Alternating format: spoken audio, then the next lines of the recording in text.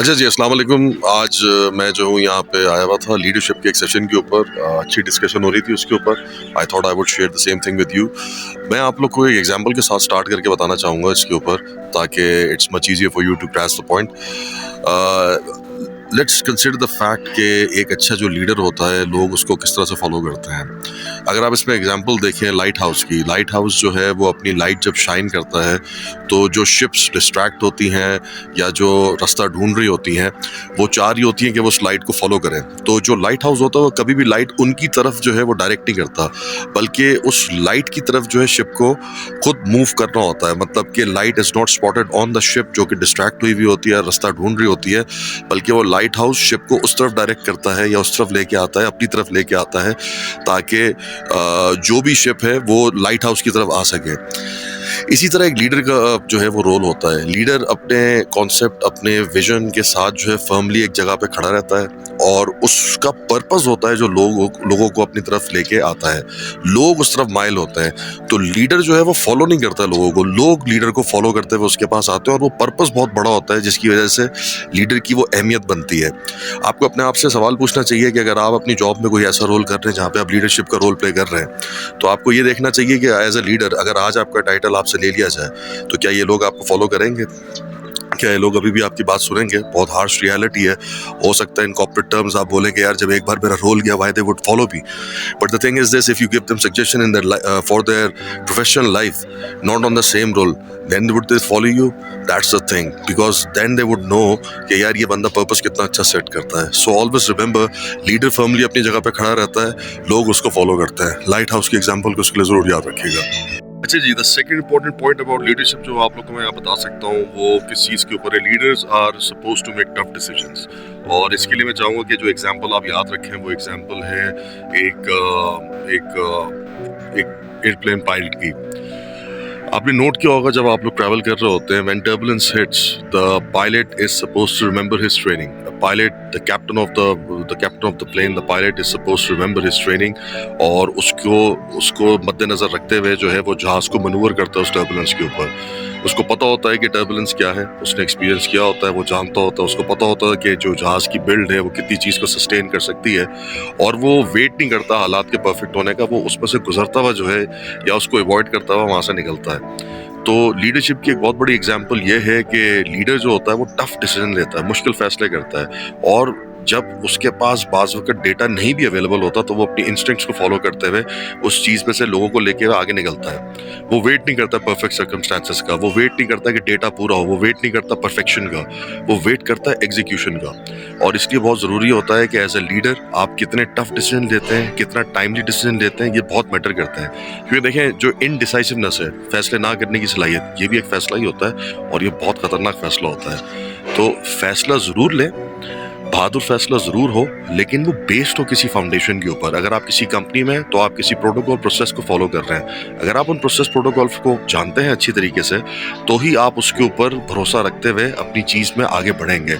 और बहादुर इंस्टिंक्ट्स होना चाहिए, ये अच्छा होता है। बाज़ वक्त चीज़ें आपकी फेवर में नहीं जाती हैं, it's still fine enough, because there are certain things which will make you successful, and there are certain things जो कि आपको लर्निंग कर्व्स देंगे।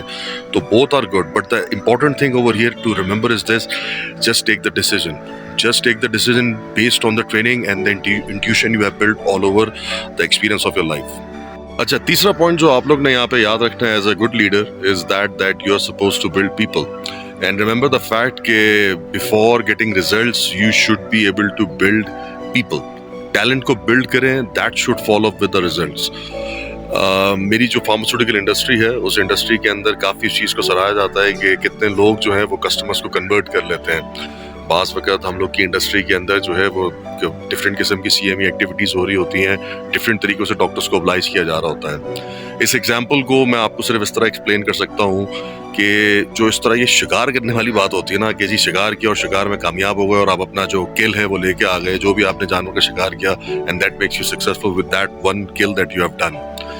अगर इसके कंपैरिजन में आप एक फार्मर की एग्जांपल देखेंगे ना, तो आपको नजर आएगा कि वो जो बीज बोता है वो उसको हर सीजन के अंदर जो है उसका फ्रूट दे सकता है। लिटरल टर्म में इसको मत लीजिएगा, क्योंकि बहुत सारी ऐसी कैश क्रॉप्स होती हैं जो कि सीजन टू सीजन आपको मिलती हैं। लेकिन मेरे कहने की बात आप समझ गए होंगे कि जब आप अपने यहाँ कोई टैलेंट प्लांट करते हैं तो वो आपको ऑल ईयर लॉन्ग जो है फ़ायदा दे सकता है। जो सिंगल किल होती है वो सिर्फ उस वक्त आपको फ़ायदे देती है और ज़रूरी नहीं कि वो बाद में भी आपको फ़ायदा दे। तो ये याद रखिएगा कि as a leader it's your job, very important job, कि how you build people, the sort of people that you build, this shows कि आपके अंदर कैपेसिटी कितनी है कि आप ऑर्गेनाइजेशन को एक स्ट्रक्चर क्रिएट करके दे सकते हैं। जब आप ऑर्गेनाइजेशन की चीज़ों को मैनेज कर रहे होते हैं तो एज अ मैनेजर जाने जाते हैं, लेकिन जब आप लोगों को क्रिएट करना शुरू कर देते हैं किसी पोस्ट के लिए, now you are on a leadership role. So fourth important thing जो है आपने याद रखनी है कि you should learn to create your good successor, और उसके लिए एग्जाम्पल आपने फार्मर और एक हंटर की याद रखनी है जो मैंने आपको बताई है। Best of luck. अच्छा, फोर्थ इंपॉर्टेंट पॉइंट जो आपने याद रखना है एज अ लीडर, वो यहाँ पे ये है कि जो गुड लीडर्स जो होते हैं वो पैनिक नहीं होते हैं प्रेशर सिचुएशन के अंदर। दे कीप अ काम ऑरा अराउंड देम, और ये इमोशनल स्टेट की बात हो रही है, क्योंकि जब पैनिक सिचुएशन हिट करती है तो लोग आपके अल्फाजों पे नहीं मुतवज्जो होते हैं, बल्कि वो आपकी इमोशनल स्टेट को, आपके जेस्चर्स को देख रहे होते हैं। तो जो एक अच्छा लीडर होता है वो अपनी टीम को बिल्ड इस तरह से करता है कि in terms of pressure situation what he tries to do is create an emotional state that is coming, that shows के चीज़ें आपके कंट्रोल में। जो सबसे पहली चीज़ नज़र आती है ना मिसमैनेजमेंट के अंदर या मिस हैंडलिंग के अंदर या प्रेशर या स्ट्रेस को डिनोट करती है, वो है loss of control. Loss of control even आपकी इमोशनल स्टेट पे आपको जाके हिट करता है। तो हो सकता है आप अपने अल्फाजों को बहुत अच्छे तरीके से तरतीब दे दें, लेकिन आपकी इमोशनल स्टेट दिखा रही हो कि आप किसी फैसले से खुश नहीं है, या फिर वो दिखा रही हो कि आप जो हैं किसी कोई ऐसी चीज़ हुई है जो कि आपको नागवार गुजरी है, तो उस वक्त आपकी इमोशनल स्टेट को बहुत अच्छा होना होता है। एग्जाम्पल मैं किसकी दे सकता हूँ, जो सबसे आसान मेरे दिमाग में इस वक्त आ रही है वो एक स्वान की है। आपने देखा ना कि स्वान कितना स्मूथली ग्लाइड करती है पानी के ऊपर, लेकिन पानी के नीचे उसके कितने तेजी से पाँव चल रहे होते हैं जो कि उसको मूव करवा रहे होते हैं, वो हमको नहीं पता चलता। हमको पता भी नहीं चलता हमको, क्योंकि रिपल्स भी नहीं नजर आ रही होती पानी में उसकी, तो वो फिरोशियसली अपने पाँव तो मूव कर रही होती है, लेकिन above the ground you can't see what is happening, but you see the swan gliding around in the water so smoothly. तो इसी तरह स्मूथली आपको मूव करने के लिए जरूरी है कि आप अपनी इमोशनल स्टेट को बिल्ड करें, और इमोशनल स्टेट को बिल्ड करने के लिए trust me there is no other way than your religious values, जिसको आप साथ रखते हैं, फेथ आप अल्लाह पे रखते हैं। विल पावर उस वक्त बिल्ड होती है जब आप डिसिप्लिन रखते हैं कुछ चीज़ों का। इमोशनल स्टेट आपके उस वक्त कंट्रोल में आती है जब आप सूरह दुहा को पढ़ने की आदत डालते हैं, वद्दुहा वल्लैलि इज़ा सजा, जब आप अपने अस्कार पढ़ते हैं, जब आप अपनी नमाज पढ़ते हैं, जब आप वजू करके स्ट्रेस फ्री रहते हैं। अगर आप ये चीज़ें करने की आदी नहीं है, आप जितने अकॉम्प्लिश, जितने एक्सपीरियंस मैनेजर हैं, ये सारी इमोशनल स्टेट आपके चेहरे पे